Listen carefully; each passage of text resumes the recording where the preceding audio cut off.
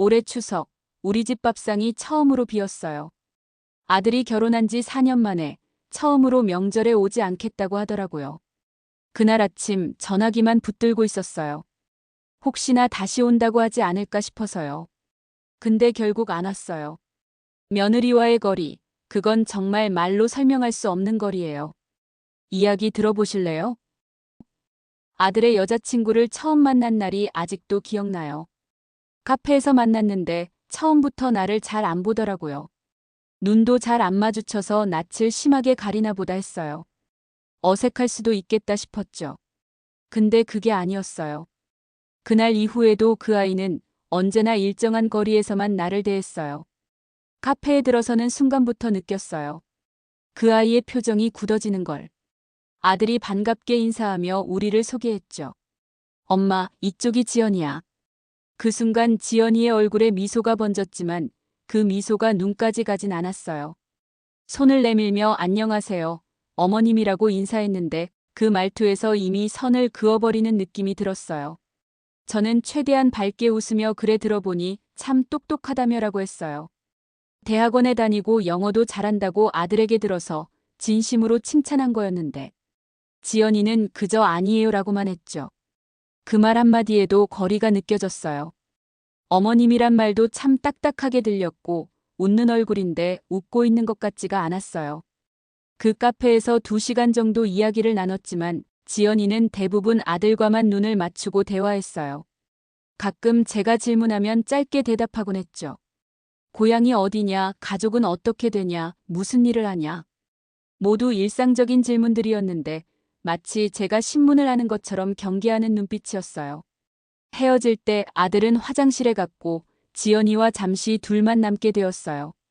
그때 용기를 내서 물었죠. 지연아, 혹시 불편하니? 지연이는 살짝 당황한 눈치였지만 곧 아니에요, 어머님. 그냥 제가 원래 낯을 가려서요라고 대답했어요. 하지만 그 순간에도 눈을 마주치지 않았죠. 그날 밤 집에 돌아와서 남편에게 말했어요. 우리 며느리 될 애가 좀 차가운 것 같아. 남편은 대수롭지 않게 요즘 젊은 애들은 다 그래.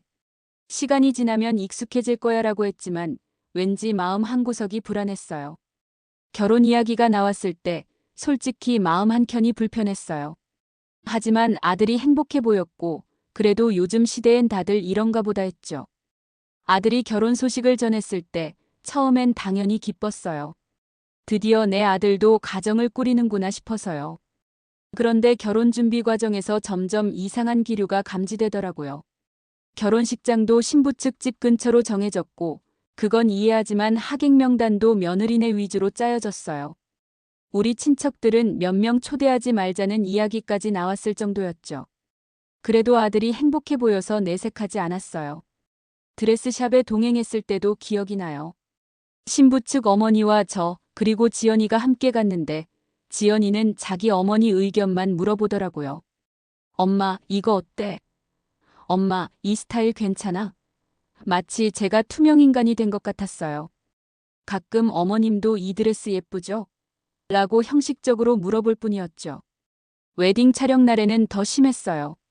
가족 사진을 찍을 때 신부 측 가족 사진은 여러 장을 다양한 포즈로 찍었는데 우리 가족 측 사진은 단 한 컷.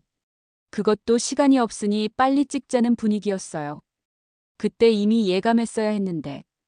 이 결혼은 평등한 두 가족의 만남이 아니라 한쪽으로 기울어진 저울처럼 불균형하게 시작되고 있다는 것을. 결혼식 당일에도 그 아이 어머니는 나와 단 한마디도 눈을 마주치지 않았어요. 한 집안이 되었다는 말은 그저 형식적인 문장이더라고요. 그날부터 난 느꼈어요. 이 결혼은 우리가 아니라 저쪽 중심으로 흘러가겠구나. 결혼식장 로비에서 하객들을 맞이할 때 지연이 어머니는 자기 친구들이나 친척들에게는 활짝 웃으며 인사했지만 우리 친척들에게는 형식적인 목례만 했어요. 피로연 자리 배치도 우리 친척들은 구석으로 몰아놓았고요. 그날 밤 남편과 집으로 돌아오는 차 안에서 저는 마음이 너무 상했다는 것을 표출했어요. 우리 아들, 저 집에서 행복할 수 있을까? 남편은 여전히 괜찮아, 결혼하면 다 그래라고만 했지만 저는 미래가 보이는 것 같았어요. 알고 보니 며느리가 자기 사촌 동생의 시댁과 저희랑 비교해놓고 서운한 감정을 갖게 된 거더라고요. 며느리 사촌 동생이 결혼을 엄청 잘했어요. 남편이 물려받을 재산만 수십억에서 100억대. 집도 강남에 얻어주고 손녀 영유도 보내주고요. 여행도 1년에 한 번은 꼬박꼬박 가나 봐요. 이건 결혼 1년쯤 지났을 때 우연히 알게 된 사실이에요. 명절 때 지연이가 친구랑 통화하는 내용을 우연히 들었거든요. 그래 사촌 동생네 시댁은 신행도 하와이로 보내주고 집도 강남에 따로 얻어줬대. 나는 뭐 그냥 그렇지 뭐. 그 말을 듣는 순간 가슴이 철렁 내려앉았어요. 우리 형편에 강남에 집을 마련해주거나 호화로운 선물을 할 수는 없었어요. 남편은 은퇴를 앞둔 평범한 공무원이었고 우리도 은퇴 준비를 해야 했으니까요. 그래도 아들 결혼할 때 힘들게 모은 돈으로 신혼살림 보태라고 3천만 원을 주었는데 그게 며느리 눈에는 그냥 그렇지 뭐였던 거죠. 한 번은 용기를 내서 물어봤어요. 혹시 우리가 부족하게 대한 게 있니? 그랬더니 지연이는 당황한 기색으로 아니에요. 무슨 말씀이세요? 라고 했지만 그 눈빛에서 그래도 다른 집처럼 해주시면 좋았을 텐데라는 마음이 읽히는 것 같았어요. 저희는 아들 내외한테 물려줄 것은 없지만 바라는 것도 기본적인 도리 말고는 없어요. 용돈도 원하지도 않고 명절 때 얼굴 한번 보고 생일 때 안부 인사만 해주면 돼요. 정말 그게 다였어요. 우리는 자식에게 의지하며 살 생각이 없었거든요. 남편과 저는 30년 가까이 맞벌이를 했고 퇴직금도 있고 연금도 나오니 노후는 어떻게든 꾸려갈 수 있었어요. 그래서 아들 내외에게 물질적인 것을 바란 적은 없었죠. 단지 원했던 건 가족으로서의 따뜻함이었어요. 명절에 함께 모여 음식을 나누고 생일이나 기념일에 안부 전화 한 통, 가끔 손주 얼굴 보는 것. 그게 제가 바라는 전부였어요. 하지만 지연이는 그것조차 부담스러워했어요. 명절에 오는 것, 생신에 전화드리는 것, 가끔 찾아뵙는 것.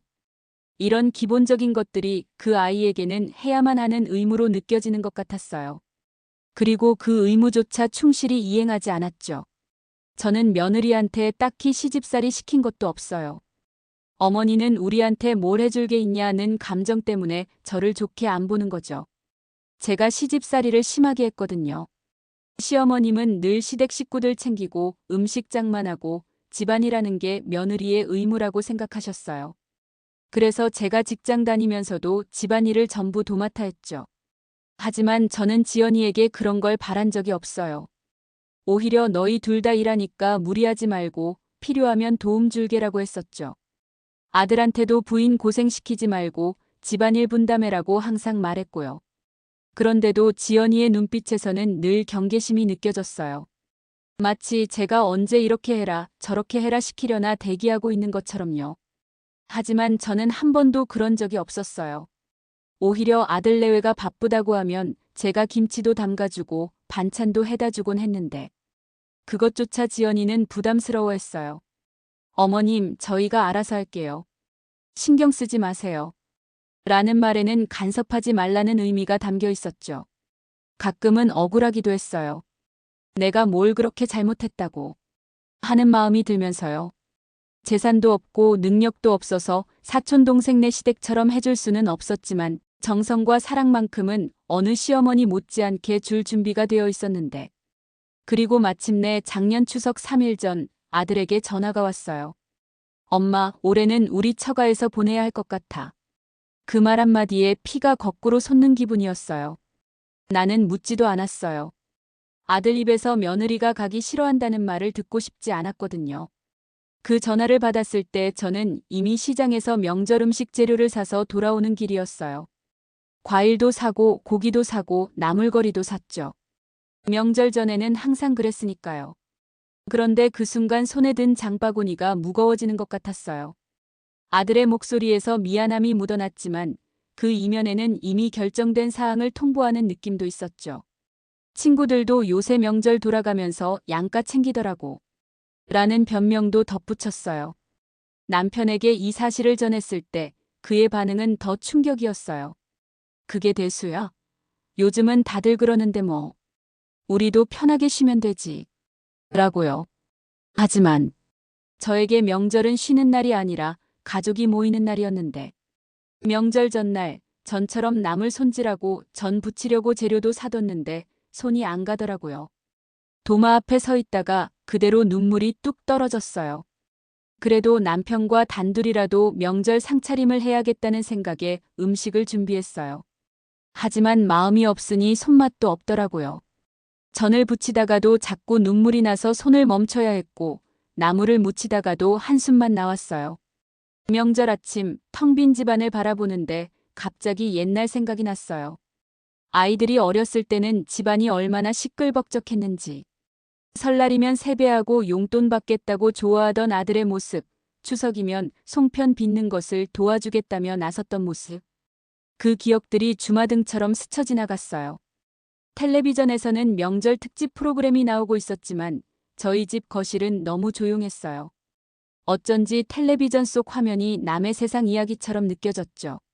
남편은 제 속도 모르고 이젠 그런 세상이야 하며 쿨하게 넘겼죠.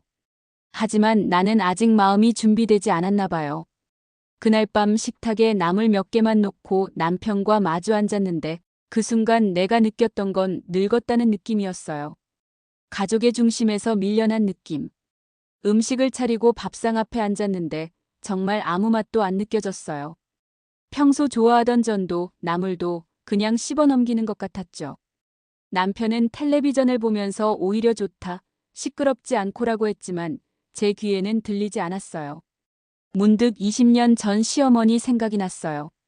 돌아가시기 전 마지막 추석에 저희 집에 모였을 때 시어머니가 손주들 머리를 쓰다듬으며 얼마나 행복해 하셨는지. 그 행복을 이제 저는 느껴볼 수 없게 된 건가 싶어서 더 서러웠어요. 그날 밤 일기장에 이렇게 썼어요. 내가 언제부터 가족의 중심이 아니게 되었을까? 아이를 키우면서 모든 것을 희생했는데 그 아이가 이제는 자기 가정을 꾸리고 나를 뒤로 하게 되었다. 이게 인생의 순리라지만 왜 이렇게 가슴이 아픈 걸까? 며칠 뒤 아들이 사진을 보냈어요. 처가와 스튜디오에서 찍은 가족 사진, 웃고 있는 며느리와 아들, 장인 장모, 그리고 손주. 나는 그 사진 속 어디에도 없었어요. 답장을 할까 말까 망설이다가 그냥 이렇게 보냈어요. 잘 지내는 것 같아 보기 좋다. 그 사진을 보는 순간 가슴이 무너지는 것 같았어요. 모두가 환하게 웃고 있었거든요. 특히 며느리가 부모님 사이에서 활짝 웃는 모습이 눈에 띄었어요. 내가 옆에 있을 때는 한 번도 보지 못한 미소였죠. 그리고 제 손주도 처가 할머니 무릎에 앉아 장난감을 들고 있었어요. 그 모습을 보니 질투가 일더라고요. 난 언제 저렇게 손주를 무릎에 앉혀볼 수 있을까? 답장을 쓰면서 손이 떨렸어요. 정말 미움도 섞여 있었거든요. 하지만 그런 감정을 보이면 더 멀어질 것 같아서 최대한 담담하게 썼죠. 잘 지내는 것 같아 보기 좋다. 그랬더니 아들이 엄마도 다음엔 같이 찍어라고 보냈는데 그 말이 왜 그렇게 공허하게 들렸는지 모르겠어요. 같이? 그 자리에 나를 위해 의자가 하나라도 있었을까요? 아들의 그 말에 더 서운했어요. 마치 자기 잘못을 인정하지 않으면서 형식적인 위로를 건네는 것 같았거든요. 그 자리에 제가 있었다면 어떤 기분이었을까요? 아마 더 외롭고 소외되었을 것 같아요. 지연이 가족 사이에서 어색하게 끼어 있는 저희 부부를 상상해보니 더 슬펐죠. 이런 생각도 들었어요. 다음에 같이 찍는다는 말은 언제 이루어질까? 다음 명절에도 며느리는 자기네 부모님 집에 가고 싶어 하지 않을까? 그리고 그 다음 명절에도. 은퇴하고 나서 가장 기대했던 것 중 하나가 손주와 함께하는 시간이었어요. 책도 읽어주고 맛있는 것도 해주고 공원도 데려가고. 하지만 지금까지 손주를 혼자 볼 기회는 손에 꼽을 정도였어요. 항상 지연이가 같이 있었고 그럴 때면 손주도 엄마한테만 가려고 했죠. 할머니로서의 기쁨을 누리지 못하는 게 가장 서러웠어요. 몸도 멀지만 마음도 멀다는 게 더 아프더라고요. 며느리는 나를 환영해 줄까요? 아들의 말 한마디 한마디가 이제는 조심스러워지고 내가 무슨 말을 해도 며느리가 싫어할까봐 말을 아끼게 돼요. 언제부턴가 아들마저 멀어진 것 같은 느낌이 들어요. 며느리를 통해서 아들과 나 사이의 거리도 점점 더 멀어지는 기분이에요. 결혼 전에는 아들이 자주 전화도 하고 집에도 들렀는데 결혼 후에는 그런 일이 확연히 줄었어요. 전화도 이제는 용건이 있을 때만 하고 그마저도 짧게 끝내죠. 엄마, 나 지금 운전 중이라 나중에 다시 전화할게라고 말한 후 다시 전화가 오는 경우는 거의 없었어요. 아들에게 주말에 밥 먹으러 올래? 라고 물어보면 이제는 지연이한테 물어볼 게가 항상 먼저 나와요. 그리고 대부분 지연이가 이번 주말에 약속이 있대라는 답변이 돌아오죠. 저는 아들을 양보했어요. 그 아이의 행복을 위해서 물러섰고 이해하려 했죠. 하지만 가끔은 억울해요. 왜 나만 이해해야 하는지, 왜 지연이는 조금도 양보하지 않는지. 아들과의 관계도 소원해진 것은 지연이 때문만이 아니에요. 아들 자신도 이제는 자기 가정의 우선순위를 두고 부모보다는 아내와 자식에게 더 신경 쓰는 것이니까요. 그건 당연한 일이지만 그래도 가끔은 내 아들이 맞나 싶을 정도로 낯설게 느껴질 때가 있어요. 명절 지나고 나서 내가 먼저 연락을 했어요. 다음 주에 우리 집에 잠깐 들를 수 있을까? 그랬더니 며느리가 답했어요. 저희 둘 다 이번 주는 일정이 꽉 차서요. 나중에 시간 될 때 찾아뵐게요. 아들이 아닌 며느리의 메시지였어요. 보통은 아들에게 문자를 보내면 아들이 답장을 했었는데 이번에는 며느리가 대신 답변한 게 더 서운했어요.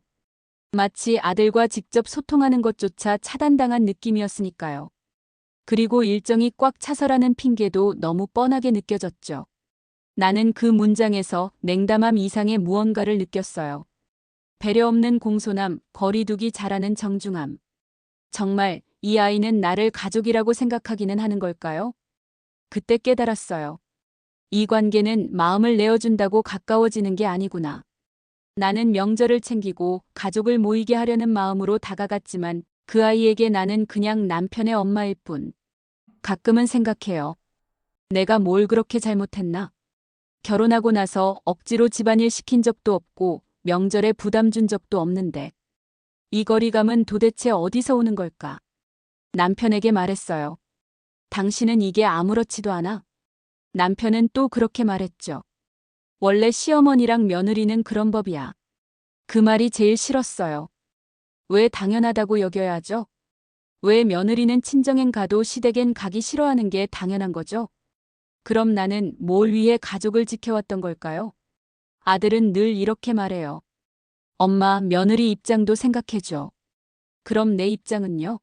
나는 평생 누군가의 며느리였고 시어머니에게 늘 잘하려고 애썼는데 왜 나는 이해받지 못하나요? 우리 세대의 정성과 노력은 이제 구시대적이라고 불리나요? 이 모든 감정이 쌓이고 쌓이다 보니 어느 날엔 며느리 이름만 들어도 한숨이 나와요. 그러다가 문득 이런 생각이 들었어요. 왜 나는 이렇게 애쓰고 있었을까?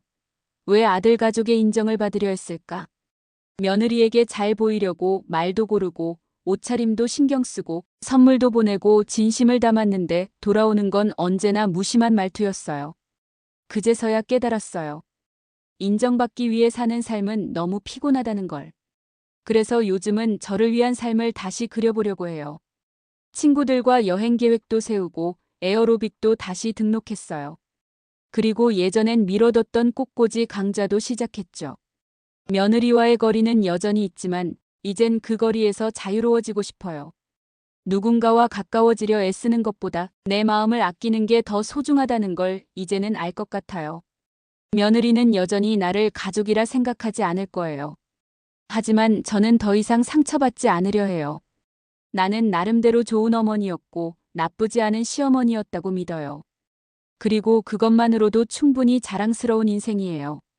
혹시 이 영상을 듣는 당신도 며느리와의 거리에서 아파하고 있다면 이 말을 꼭 해주고 싶어요. 당신은 잘하고 있어요. 너무 잘하고 있어요. 오늘도 마음을 꺼내줘서 고맙습니다. 우리 내일은 조금 더 편안한 마음으로 하루를 시작해요.